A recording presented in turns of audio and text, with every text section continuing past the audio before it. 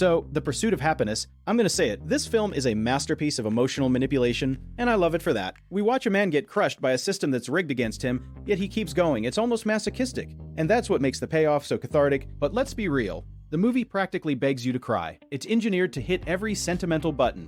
Is that a flaw, or is it intelligent design? I think engineered is the right word. Muccino directs with a heavy hand, but there's purpose. The film doesn't just sow poverty.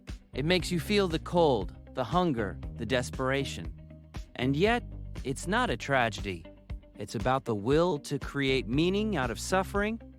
The happiness misspelling on the wall, that's the core.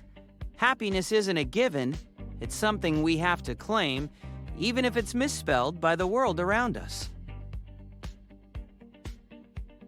Exactly. That misspelling is a strike of genius. But what gets me is the choice to show Chris Gardner's wife leaving. We never fully judge her because we see her breaking point, but then the film sidelines her completely. It's almost as if to show that when you pursue your dream, you lose people. The film doesn't flinch from the cost, and that's what elevates it beyond a standard biopic into something almost like a fable about obsession.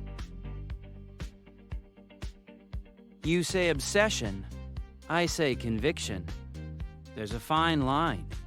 Gardner's belief in himself borders on delusion, but it's that delusion that keeps him alive. The film's visual motifs, reflections, windows, barriers, they all reinforce his isolation.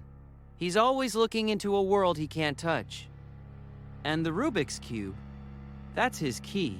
It's a symbol of his intelligence, but also of his need to solve an impossible puzzle. Life doesn't hand you solutions. You have to twist and turn. The Rubik's Cube is such a perfect metaphor. In Will Smith's performance, he's so present. He doesn't play poor as weak. He plays it as a man holding on to dignity with his fingernails. The scene in the bathroom subway station, I've seen it 10 times and it still breaks me. He's literally shielding his son from the bathroom's filth, but also from the reality of their situation. That's the film's thesis, protecting the dream even when it's crumbling. That scene is devastating because it's about the limits of love.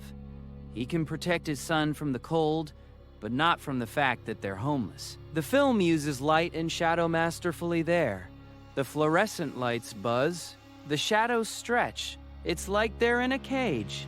And yet, he tells a bedtime story. That's the resilience the film glorifies. But I also wonder, is this resilience healthy? Or are we romanticizing suffering as a necessary path to success? That's the million-dollar question. The film's ending, he gets the job, he walks down the street crying, we cheer. But then the real Chris Gardner walks by, and it's a coda that says, yes, this really happened, but for every Chris, how many fail? The film doesn't answer that, it just says believe. And I think that's both its power and its danger. It's a fairy tale with a real face. It makes the American dream feel tangible, but it's still a dream. Yet the film's legacy endures because we want to believe that hard work pays off. It's a secular prayer. The cinematography by Phaedon Papamichael is gritty. Handheld, close-ups, shallow depth were shoved into Gardner's space. That intimacy forces empathy. The film doesn't preach, it shows. And when the tears come, they feel earned. Not because the ending is happy, but because the journey was so brutal. That's the secret. We cry not for his triumph, but for his endurance. Alright, we've spilled enough ink. If you haven't seen this film, go watch it, then come back and tell us, is it a story of hope or a warning? We want to hear your takes in the comments. And if you want more deep dives like this, hit that subscribe button. We'll be back with another film that'll make you think and maybe cry. Don't forget to smash that bell. And finally, remember that the pursuit is never about the arrival. Happiness isn't a destination, it's a direction.